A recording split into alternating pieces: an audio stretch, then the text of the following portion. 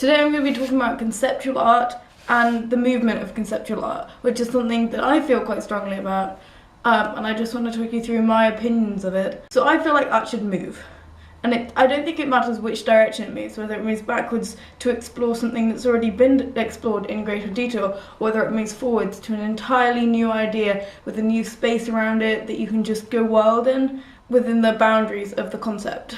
But I still believe with every essence of my being that art has to move. Sometimes it's the technology you use to do what you want to do. Whether or not you start exploring a new way to present an idea, or whether you start exploring an entirely new technology, so like the little code things that you have to scan, or linking things to videos and websites and things, and I think that it still has to move. It doesn't matter what you do, it still has to progress. And sometimes things don't. They just stop. They just stop progressing, and we end up with a bit of a blockage because too many people are exploring the same idea with different mediums, and they're just not different enough. They're just too similar, and you start seeing the same concepts and getting bored, and it just doesn't work. And I think this is where the horrible idea that art isn't worth anything comes about, because too many people are trying to explore the same things at the same time. Now, there is a difference between conceptual art and fine art, and I do believe that you have to have an essence of both to present a good work of art. Because sometimes, when conceptual art becomes too conceptual, you just end up with something dull. I don't appreciate art for the concept on its own.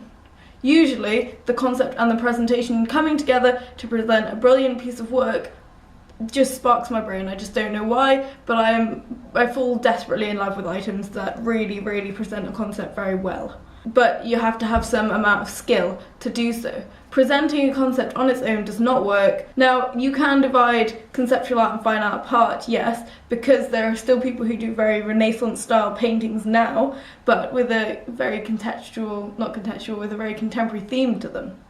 So you do get people who are trying to work with the styles of the past with present day means. And you also get people who are still working with the styles of the past, presenting pictures of things from the past in a very pasty way. Yes, it all still happens, and yes, it's okay, because the amount of skill involved in recreating the past, presenting it like it would have been, and using all historical and unbiased themes, it's very difficult. But conceptual art must move forwards, because if you keep trying to explore really basic human development, you just don't get anywhere. So if you want to present the interaction between people, putting a block of clay in an art exhibition saying, look, touch it, this is interaction between people, it just doesn't do anything for me.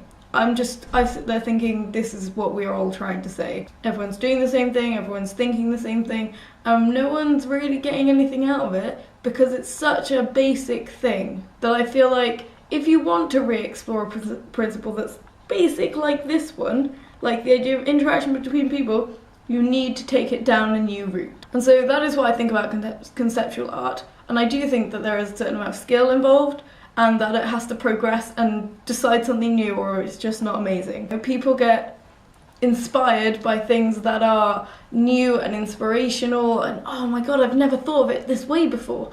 And I think if you make it too simple, people just aren't impressed.